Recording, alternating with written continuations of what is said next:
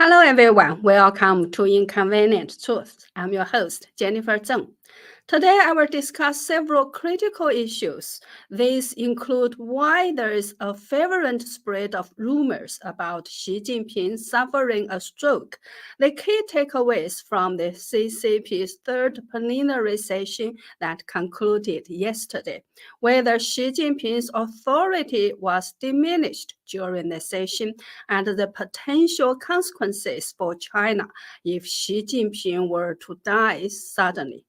These issues are very important, so today's video will be a little bit longer. Please make sure you stick around till the end. Let's first address the rumors about Xi Jinping having a stroke during the third plenary session.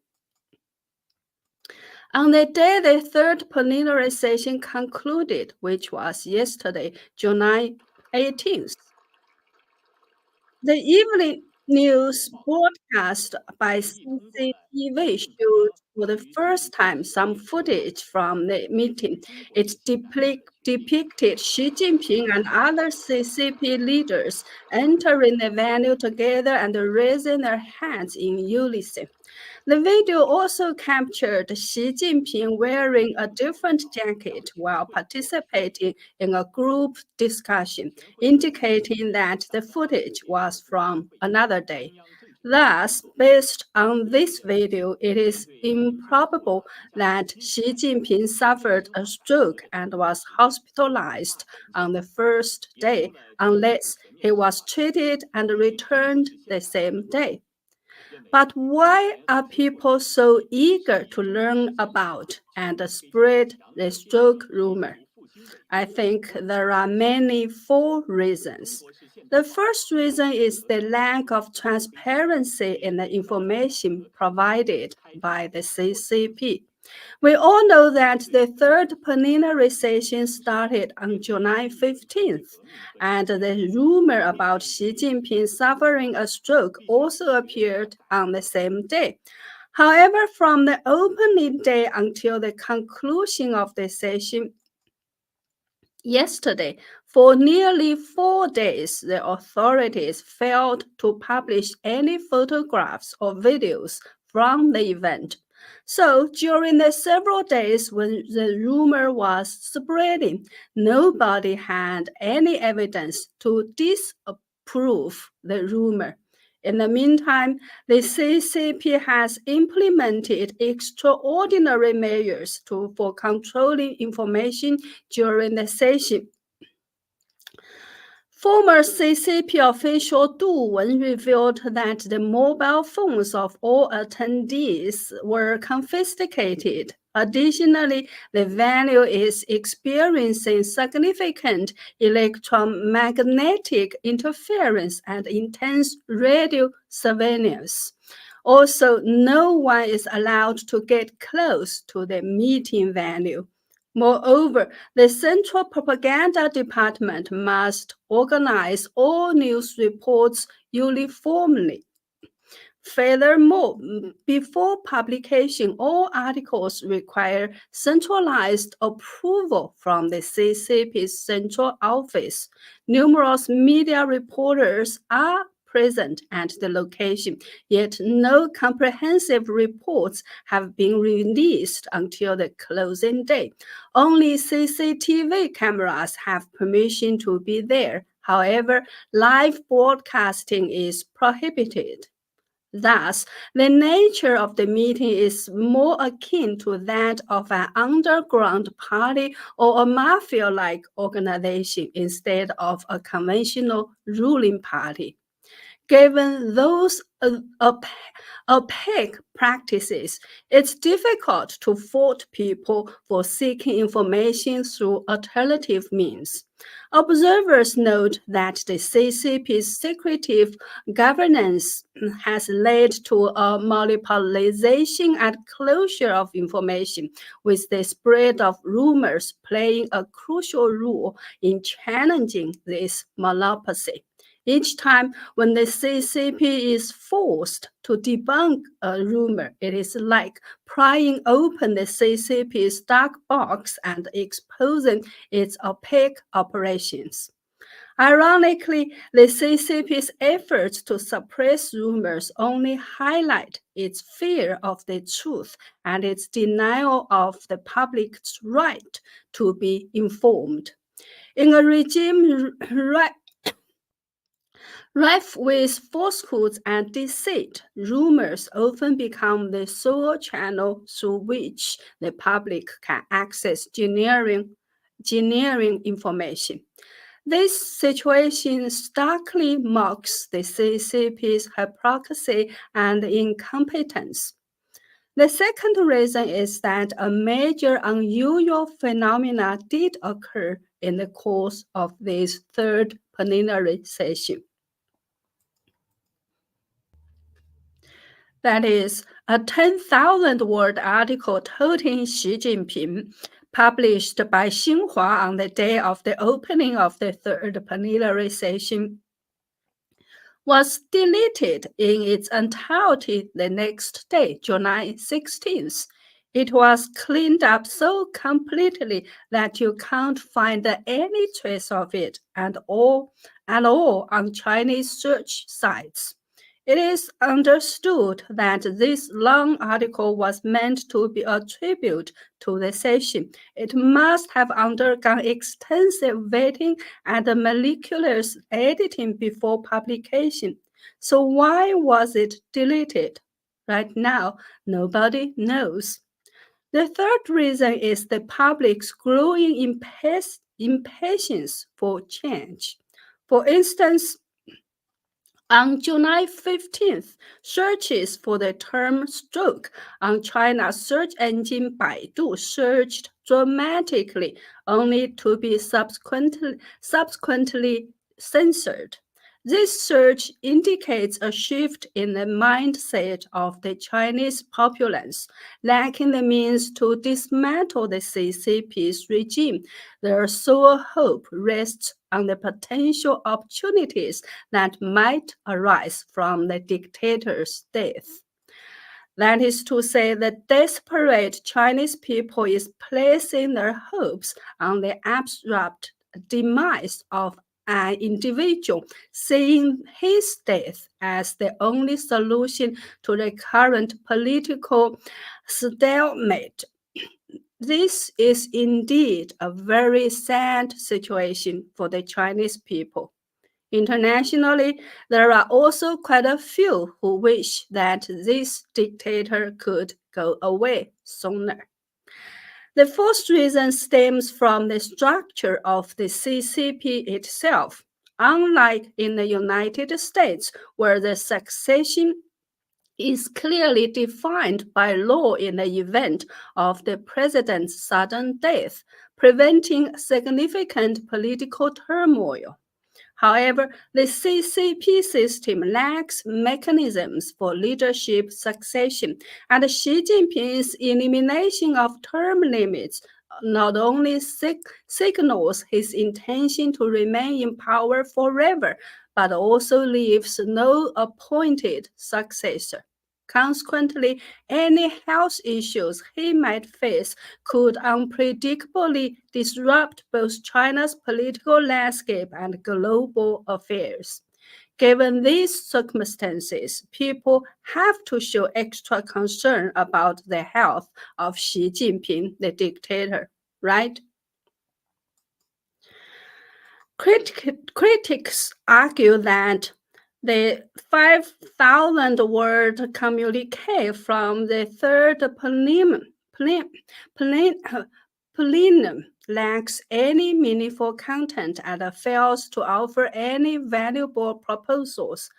Upon reviewing it closely, I identified several noteworthy aspects. Firstly, the document acknowledges the severe and complex international environment and the heavy domestic task of reform, development, and stability. This indicates that the CCP is acutely aware of the intense pressure it faces both at home and abroad, and is conscious of the crisis it is facing.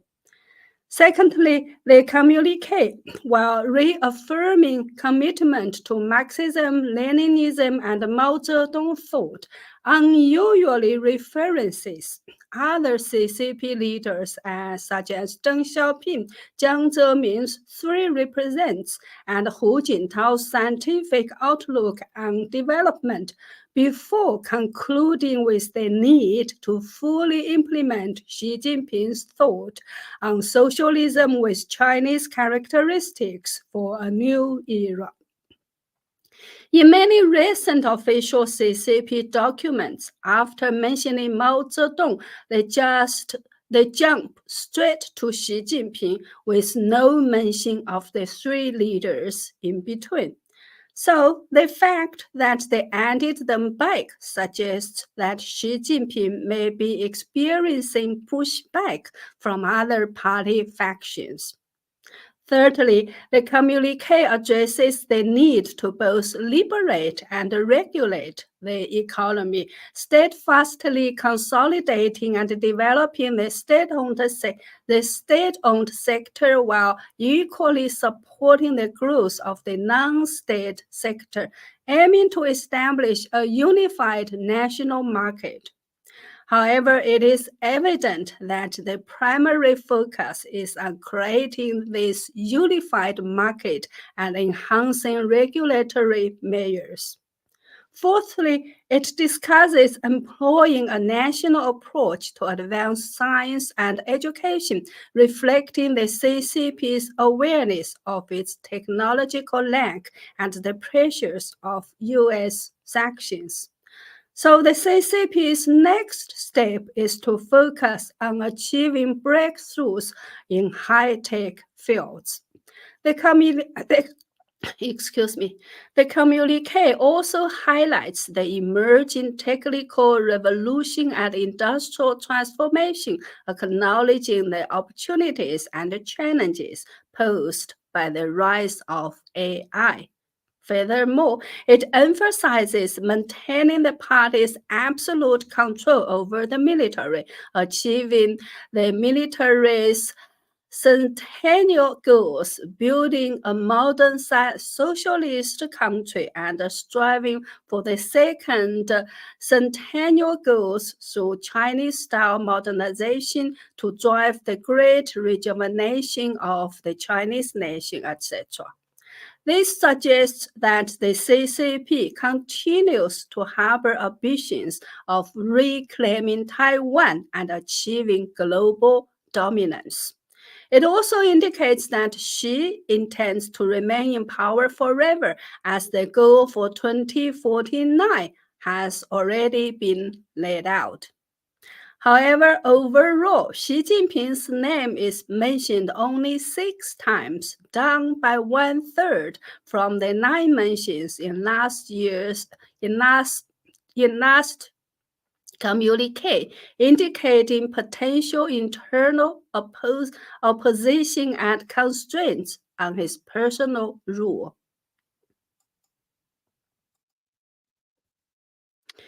Today marks the second day following the conclusion of the third plenary session.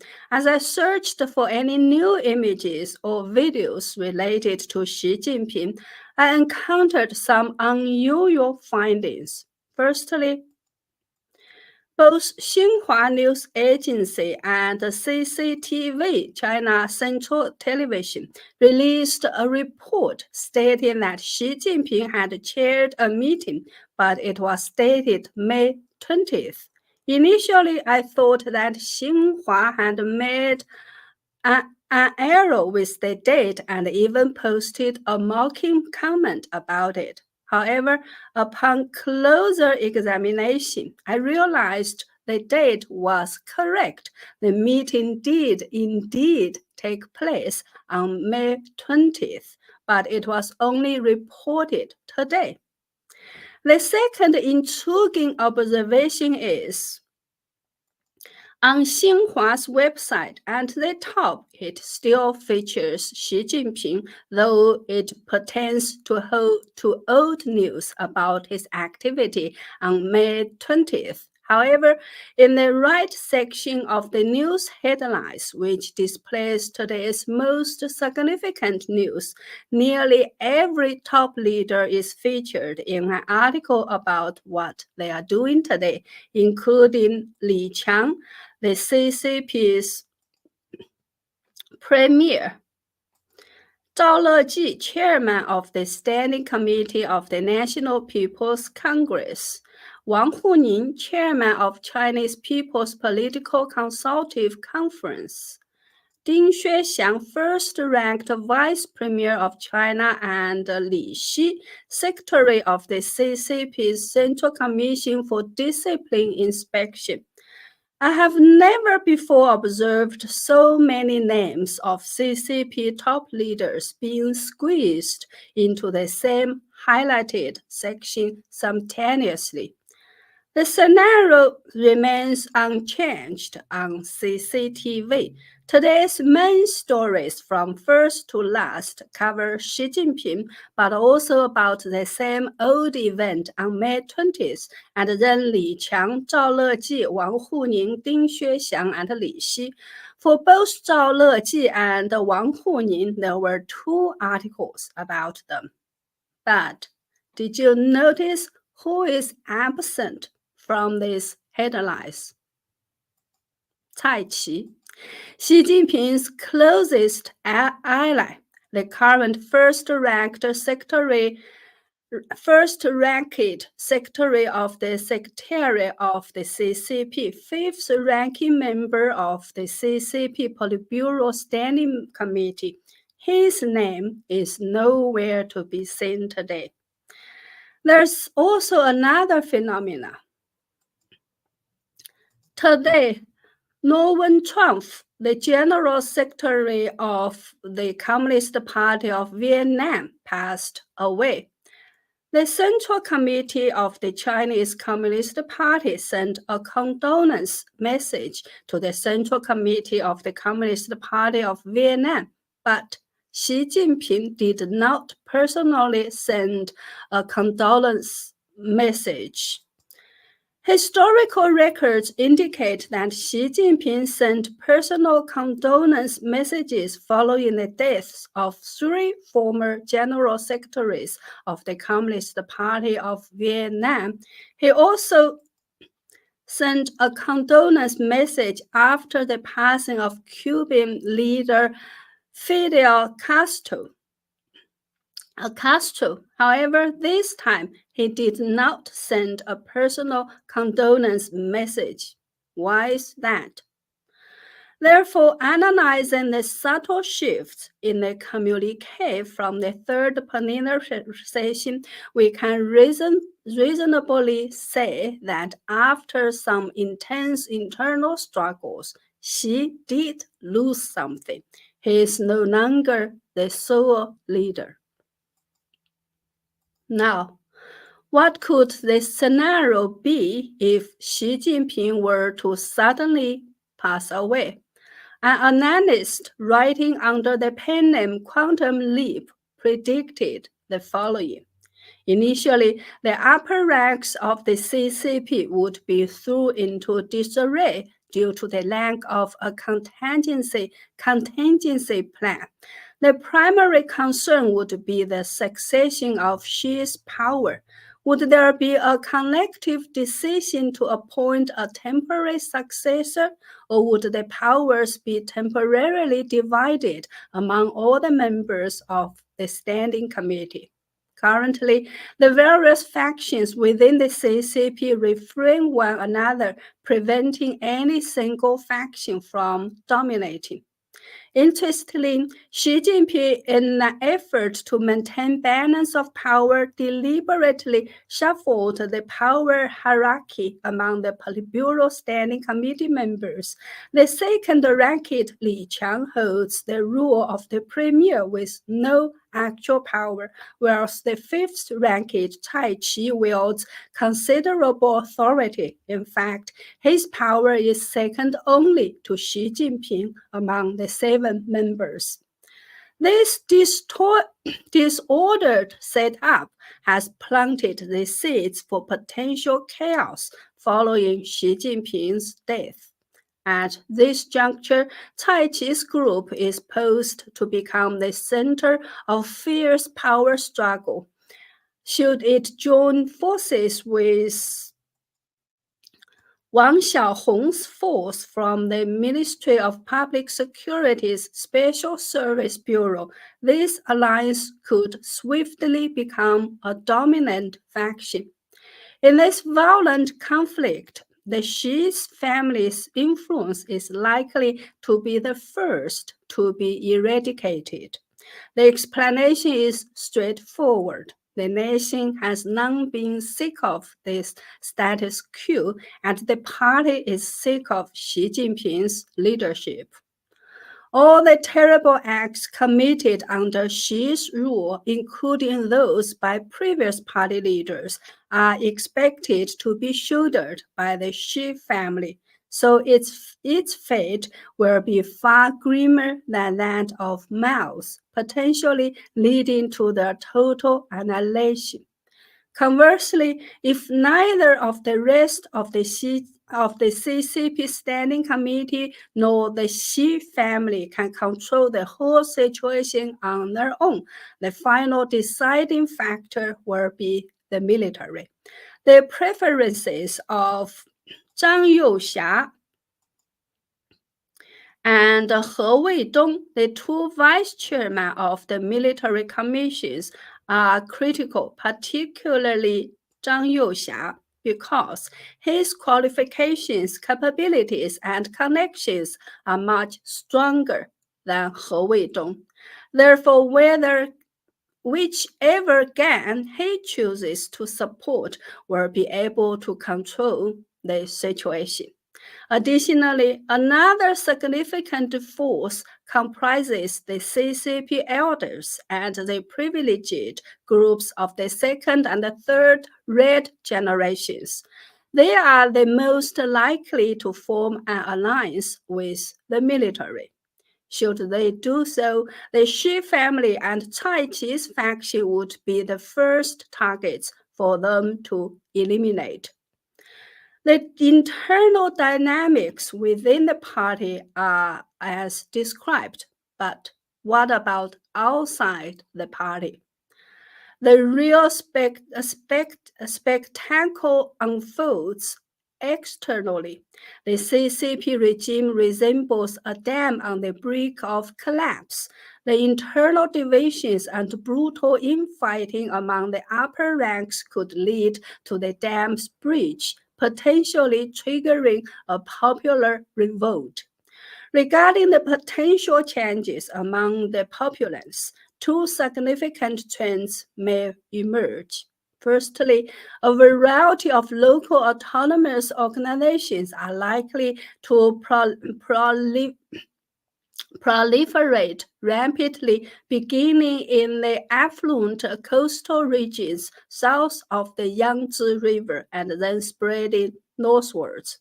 Secondly, there could be a widespread surge of purges and retaliations targeting the CCP's bureaucratic system and its collaborators, including the police, prosecutors, courts, traffic authorities, urban management, market regulators, commercial and tax departments, demolition crews, village committees, and street offices, etc.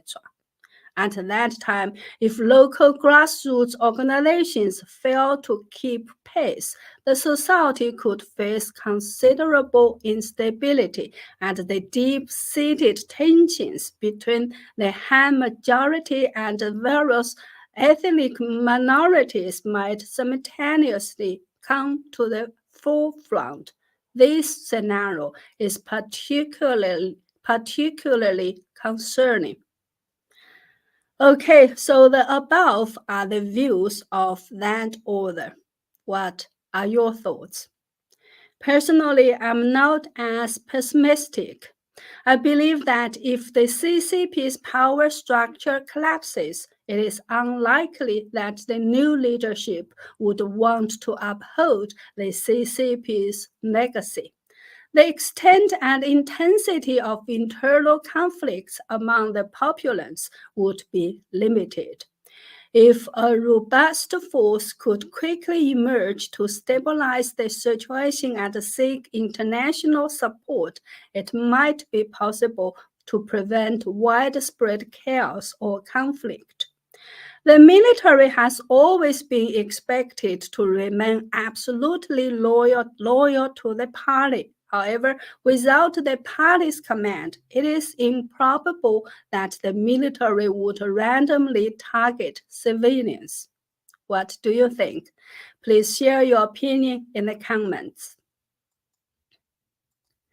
The third plenum was repeatedly delayed because the CCP, confronted with various political and economic crises, lacked viable solutions. Prior to the plenum, the term garbage time of history gained traction online, reflecting a widespread belief among the populace that the CCP's system is irredeemable. The only option left, it seems, is to lie flat and endure this challenging period. During this difficult time, the CCP feels not only the possibility of large-scale social protests and regional disturbances, but also the threat of international isolation and sanctions. Thus, in the standoff between the lying flat public and the internally divided CCP, who is more likely to prevail? Please share your views in the comments. Well, that's all for today. Please like this video and subscribe for more. Please also visit my website at jenniferzengblog.com to sign up for a membership or make a donation. Your support helps me continue sharing the inconvenient truths. Thank you. Have a nice weekend and see you.